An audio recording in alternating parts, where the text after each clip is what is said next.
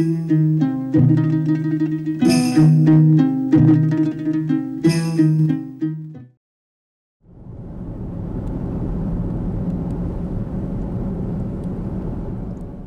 দর্শক, আজ আপনাদেরকে নিয়ে যাচ্ছি ঐতিহাসিক মাদায়েনে শোয়াইবে, যেখানে আল্লাহর নবী হজরত শোয়াইব আলাইহিসসালাম এবং তার সম্প্রদায়ের বসবাস ছিল। হজরত শোয়াইব আলাইহিসসালামের আরেকটা পরিচয় আছে যা অনেকেরই অজানা, আর তা হলো তিনি হজরত মূসা আলাইহিসসালামের শ্বশুর ছিলেন। হজরত মূসা আলাইহিসসালাম ছিলেন নবী শোয়াইব আলাইহিসসালামের মেয়ে সাফুরার জামাতা। প্রিয় দর্শক, রাসূল করিম সাল্লাল্লাহু তাআলা আলাইহি ওয়াসাল্লাম হযরত শোয়াইব আলাইহিস সালামকে খতীবুল আম্বিয়া হিসাবে অভিহিত করেছেন, অর্থাৎ সকল নবী এবং রাসূলদের মধ্যে তিনি ছিলেন খতীব, মানে বয়ানকারী। সেই শোয়াইব আলাইহিস সালাম যেখানে বসবাস করতেন, তার উম্মতকে দ্বীনের দাওয়াত দিতেন এবং তাদেরকে মানুষকে না ঠকাতে উপদেশ দিতেন। সেই জায়গাটি মাদায়েনে শোয়াইব হিসেবে পরিচিত। আজ আমরা আপনাদেরকে সেই ঐতিহাসিক জায়গায় নিয়ে চললাম। আমাদের সাথে আছেন এই তবুক প্রবাসী আমাদের এক বাংলাদেশি ভাই মোহাম্মদ আবু বকর সিদ্দিক এবং আরেকজন মোহাম্মদ আমিনুল ইসলাম। চলুন আমরা আপনাদেরকে ঐতিহাসিক সেই মাদায়েনে শোয়াইবে নিয়ে চলব। দর্শক, সৌদি আরবের সর্ব উত্তরের প্রদেশ হলো তাবুক। বসবাসের জন্য তাবুক প্রদেশ অনেকের কাছেই প্রিয় জায়গা। পবিত্র মদিনা শরীফ থেকে তাবুক শহর 850 কিলোমিটার উত্তরে অবস্থিত একটি প্রদেশ। মূল তাবুক শহর থেকে আরও প্রায় 250 কিলোমিটার উত্তর পূর্ব দিকে অবস্থিত ঐতিহাসিক এই মাদায়েনে শোয়াইব।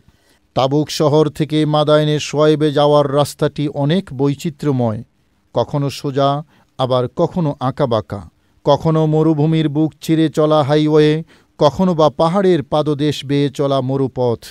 কিছু পথ দেখতে পাচ্ছি মাঝখানে রোড ডিভাইডারও নেই, তবে রাস্তা সম্প্রসারণের কাজ চলমান আছে। পাহাড়ের পাদদেশ বেয়ে মাঝে মাঝে কিছু আঁকাবাঁকা রাস্তা দেখতে পাচ্ছি। যা হোক, এই বৈচিত্র্যময় রাস্তা দিয়েই আমরা এগিয়ে চলেছি।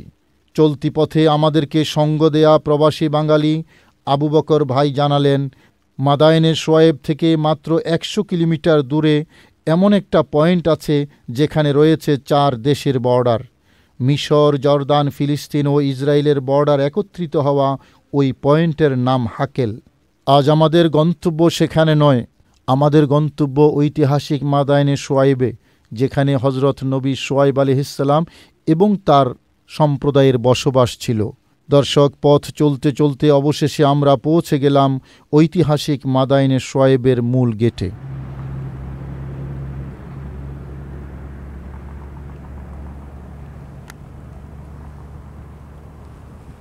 প্রিয় দর্শক, চলে এলাম হজরতে শোয়াইব আলাইহিস সালামের গ্রাম মাদায়েনে শোয়াইবে। আমরা এখন সেই মাদায়েনে শোয়াইবে আপনাদেরকে নিয়ে চললাম। প্রিয় দর্শক, এই ছোট্ট অফিস ভবনটির ভেতর দিয়েই যেতে হয় মাদায়েনে শোয়াইবে। আমরা প্রবেশ করি মাদায়েনে শোয়াইবের রাস্তায়। ভেতরে চলাচলের জন্য ফুটওয়ে তৈরি করা আছে। ফুটওয়ের দুই পাশে চিরচেনা বালু পাথরের ভূমি। সরু এই পথ দিয়ে পায়ে হেঁটে আমরা মাদায়েনে শোয়াইবের চারদিক দেখতে দেখতে সামনে এগিয়ে যাচ্ছি।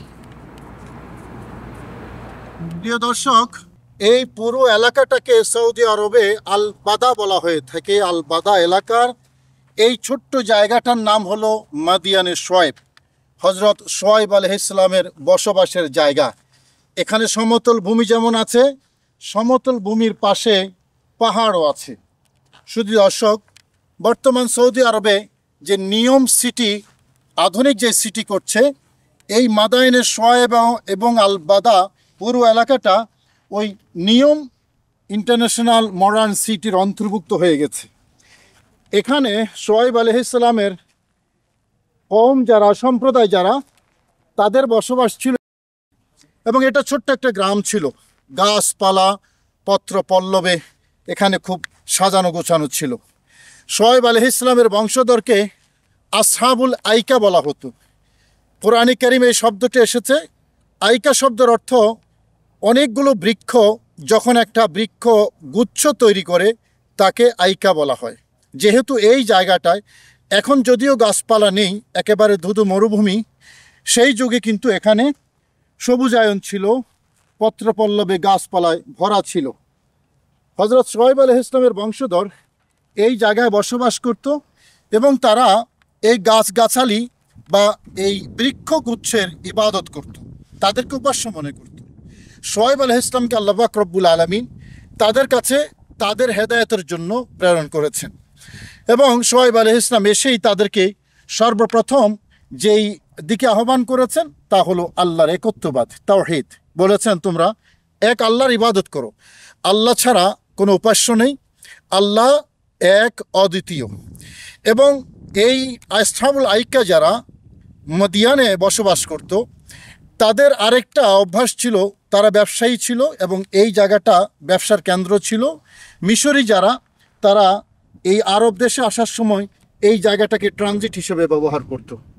তো তাদের আরেকটা অভ্যাস যেটা ছিল, তারা ব্যবসা বাণিজ্যের মধ্যে যখন কারো কাছ থেকে কিছু নিত তখন যা প্রাপ্য তার থেকে বেশি দাবি করত।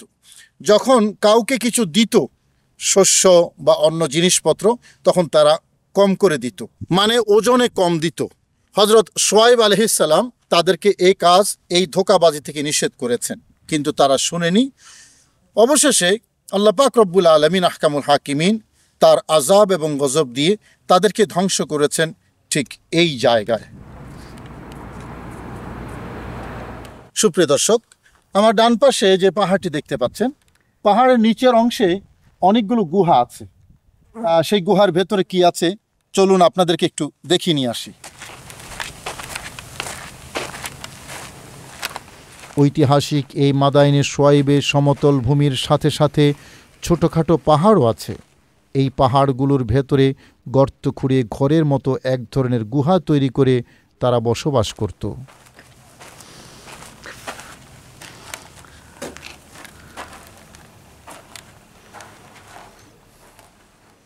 দর্শক, গুহার ভেতরে দেখতে পাচ্ছি এগুলাকে হাতুড়ি সদৃশ কিছু দিয়ে যে কাটা হয়েছিল, খোদাই করা হয়েছিল, স্পষ্ট এখানে দেখা যাচ্ছে। আর এখানে যদ্দূর দেখা যাচ্ছে মৃত ব্যক্তি যারা, তাদেরকে কবরস্থ করা হতো সেই যুগে।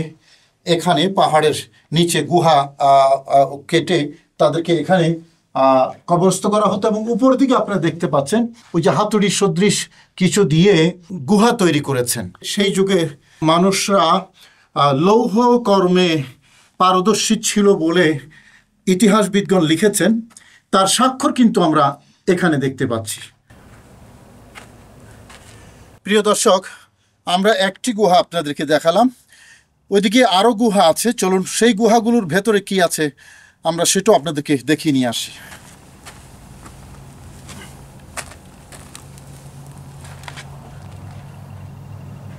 দর্শক, যা বলছিলাম, এখানে মৃত ব্যক্তিদেরকে দফন করা হয়েছে সেই যুগের, প্রাচীন যুগের। এখানে স্ট্রাকচার দেখলে সেটা কিন্তু একেবারে স্পষ্ট। আপনারা দেখতে পাচ্ছেন এখানে 1 2 3 4 5 6 ছয়টি কবরের চিহ্ন আছে এখানে। এবং ওই আগের গুহার মতো লোহা দিয়ে পাহাড়ের নিচে যে গুহা তৈরি করার সেই দৃশ্যগুলো এখানেও দৃশ্যমান আমরা দেখতে পাচ্ছি। আর এখানেও একটা কবর আছে বলে মনে হচ্ছে। টোটাল 7টি কবর এখানে দেখা যাচ্ছে। হযরত শুআয়ব আলাইহিস সালাম তাদের নসিহত করার কারণে তারা নবী শুআয়ব আলাইহিস সালামকে উপহাস করেছে, ধমক দিয়ে বলেছে, হে শুআয়ব, তুমি একজন ভালো মানুষ, তোমার ভালো মানসিকতাই কি আমাদের পূর্বপুরুষদের উপাস্যগুলোকে পরিত্যাগ করতে এবং আমাদের ব্যবসা বাণিজ্যের মধ্যে আমাদের মন গড়া নীতি অনুসরণ করার পরামর্শ দিচ্ছে? হে শুআয়ব, তুমি যদি আমাদের ধর্মে না আসো, আমরা তোমাকে এবং তোমার অনুগতদেরকে আমাদের এই বসতি থেকে বের করে দেব। তাদের কথায় ব্যথিত হয়ে নবী শুআয়ব আলাইহিস সালাম আল্লাহর কাছে এই জায়গায় দোয়া করেছিলেন, হে আমার রব, আমার মাঝে এবং আমার সম্প্রদায়ের মাঝে উত্তম একটা ফয়সালা করে দাও। প্রিয় দর্শক, নবী শুআয়ব আলাইহিস সালামের এই দোয়া আল্লাহর দরবারে কবুল হয়েছে। মহান আল্লাহ তাআলা হজরত শোয়াইব আলাইহিসসালাম ও তার উপর বিশ্বাস স্থাপনকারী উম্মতকে মুক্তি দিলেন এবং এ সকল অবিশ্বাসীদেরকে এই জায়গায় ধ্বংস করে দিলেন। তাদেরকে 3 ধরনের আযাব দিয়ে ধ্বংস করা হয়েছে। এক অংশকে ধ্বংস করা হয়েছে ভূমিকম্প দিয়ে, আরেক অংশকে বিকট শব্দের মাধ্যমে এবং তৃতীয় অংশকে মেঘমালা থেকে তৈরি হওয়া অগ্নিস্ফুলিঙ্গ দিয়ে। প্রিয় দর্শক, এখানে একটি গুহা দেখতে পাচ্ছি, কিন্তু এই গুহার সামনে কাঠের ফ্রেম দিয়ে বন্ধ করা আছে। একটা দরজা আছে, দরজাটা তালা মারা। চলুন দেখি, কাঠের ফ্রেমের ফাঁক দিয়ে একটু দেখার চেষ্টা করি। দর্শক, ভেতরে যা দেখা যাচ্ছে, আমরা বাহির থেকে যা বুঝতে পারছি, নিচেও কবর আছে এবং ওয়ালে ঘর আকৃতির কয়েকটি কবর দেখতে পাচ্ছি। ওয়ালের যে কবরগুলো, সেই কবরগুলো হতে পারে সেই জাতির শীর্ষস্থানীয় বা অভিজাত কোনো ব্যক্তিদের কবর হবে। সাধারণ মানুষ থেকে পার্থক্য করার জন্য ওয়ালে ঘর আকৃতির কিছু কবর খোদাই করা আছে। আমাদের দেখে তাই মনে হচ্ছে। আপনারা দেখতে পাচ্ছেন এই ঘর আকৃতির এর ভিতরেই কিন্তু গর্ত আছে। তার মানে একটু উপরে হয়েও ভেতরে কিন্তু কবরের চিহ্ন এখনও দৃশ্যমান। প্রিয় দর্শক, প্রতিটা কবরের সামনে চিহ্ন জাতীয় এরকম কিছু একটা দেয়া আছে। আমরা শত চেষ্টা করেও ঠিক বুঝতে পারছি না যে এই চিহ্নটা কি দেয়া আছে। নবীদের কথা অমান্য করলে এবং নবীদের সাথে বেয়াদবি করলে পরিণতি কি হয়, এই মাদায়েনে শোয়েব তার সাক্ষ্য বহন করে আছে এখনও। প্রিয় দর্শক, পাহাড়ের নিচে এই গুহাটি দেখে মনে হচ্ছে এটা একটা বাড়ির দরজা। চলুন ভিতরে কি আছে দেখি।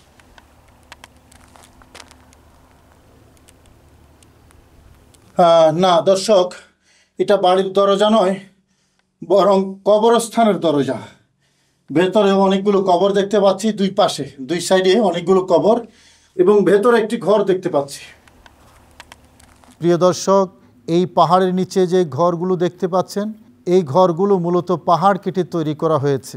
এখানেই শোয়াইব আলাইহিস সালামের সম্প্রদায় বসবাস করত। সে আইকা জাতির শীর্ষস্থানীয় যারা মারা যেত, তাদেরকে অন্য কোথাও না নিয়ে এখানেই কবরস্থ করা হতো। দর্শক, এখানে সেই কবরগুলোই আমরা দেখতে পাচ্ছি। সুপ্রিয় দর্শক, আমাদের সাথে আবু বকর ভাই আছেন, তিনি তাবুক প্রবাসী। আসুন আমরা আমাদের আবু বকর ভাইয়ের সাথে কথা বলি। জি আবু বকর ভাই, আপনি তো অনেকদিন তাবুকে থাকেন। জি জি জি। কত বছর আছেন? আমি তাবুকে আছি 17 বছর ধরে। মাশাআল্লাহ, অনেক টাইম, 17 বছর। তো এখানে আপনি কয়বার এসেছেন? এখানে আমি অগণিত, কমসে কম 10 থেকে 15 বার আসছি। আচ্ছা, এখানে প্রায় যখন সময় পাই এখানে একটু আসি, ঐতিহাসিক জায়গাগুলো একটু দেখে যাই, বা অনেকে আসলে ওনাদেরকে নিয়ে আসি, এখান থেকে ভিজিট করে যাই। মাশাআল্লাহ, আজকে তো আমাদেরকেও আপনি নিয়ে আসলেন। জি জি জি। পথ দেখে নিয়ে আসছেন। তো এই যে মাদায়েনে শোয়েব, জি, এই জায়গাটা সম্পর্কে আপনি কি জানেন? এই জায়গাটার সম্পর্কে আমি জানি, শোয়েব আলাইহিস সালামের আমলে যখন এখানে যারা ব্যবসা করত, ওনারা সবসময় মানুষকে ঠকাইতো, ওজনে কম দিত। শোয়েব আলাইহিস সালাম ওনাদেরকে বলছে যে কম না দেওয়ার জন্য, ওনারা কম দিত। ওইটার জন্য আল্লাহ পাক ওনাদের উপরে গজব নাজিল করছে। ঠিক এই জায়গায় এই দেখেন, আপনার এই মাটিগুলা, এই পাহাড়গুলা কিন্তু অন্য মাটির চেয়ে ভিন্ন। আচ্ছা, গজব নাজিলের কারণে এই মাটিগুলা চেঞ্জ হয়ে গেছে, এই পাহাড়ের মাটিগুলা চেঞ্জ হয়ে গেছে এই জায়গাটাতে শোয়েব আলাইহিস সালামের। জি জি জি। শুধু দর্শক দেখলেন, আসলে নবী এবং রাসূলগণ দ্বীনের দাওয়াত দিতেন, মানুষের নীতি নৈতিকতা ঠিক করার জন্য ওনারা প্রয়োজনীয় নির্দেশনা দিয়েছেন।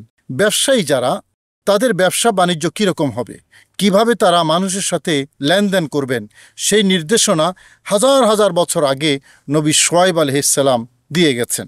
এবং দেওয়ার সময় তারা কম দিত, নেয়ার সময় তারা বেশি নেয়ার চেষ্টা করত। এই যে ধোঁকাবাজি, এটা বন্ধ না করার কারণে আল্লাহ পাক রব্বুল আলামিন তাদের উপর আযাব দিয়েছেন। এই ঘটনা আমাদের জন্য অনেক বড় শিক্ষণীয় একটা বিষয়, কারণ ব্যবসা বাণিজ্য এখন সারা পৃথিবীতে আছে। বিশেষ করে বাংলাদেশের প্রেক্ষাপটে আমরা যদি দেখি, আমাদের ব্যবসায়ী ভাইয়েরা যারা আছেন, নীতি নৈতিকতা নিয়ে ব্যবসা করা আল্লাহর পক্ষ থেকে অঢেল সওয়াব এবং বরকতের কারণ। আর যদি কেউ ধোঁকাবাজি করে মানুষের হক নষ্ট করে, তাহলে এটা যে আযাবের একটা কারণ, হযরত শোয়েব আলাইহিস সালামের এই গ্রামটা তার জীবন্ত সাক্ষী। প্রিয় দর্শক, এই মাদায়েনে শোয়েব শুধু হজরত শোয়েব আলাইহিসসালামের কারণেই বিখ্যাত তা কিন্তু নয়। পবিত্র কোরআনের তথ্য মোতাবেক এখানে হজরত মূসা আলাইহিসসালামও আগমন করেছিলেন এবং দীর্ঘ 10 বছর নবী শোয়েব আলাইহিসসালামের খেদমত করেছেন। হজরত শোয়েব আলাইহিসসালাম তার মেয়ে সফুরাকে নবী মূসা আলাইহিসসালামের সাথে বিবাহ দিয়েছেন। এই সব ঘটনার সাক্ষী এই ঐতিহাসিক মাদায়েনে শোয়েব।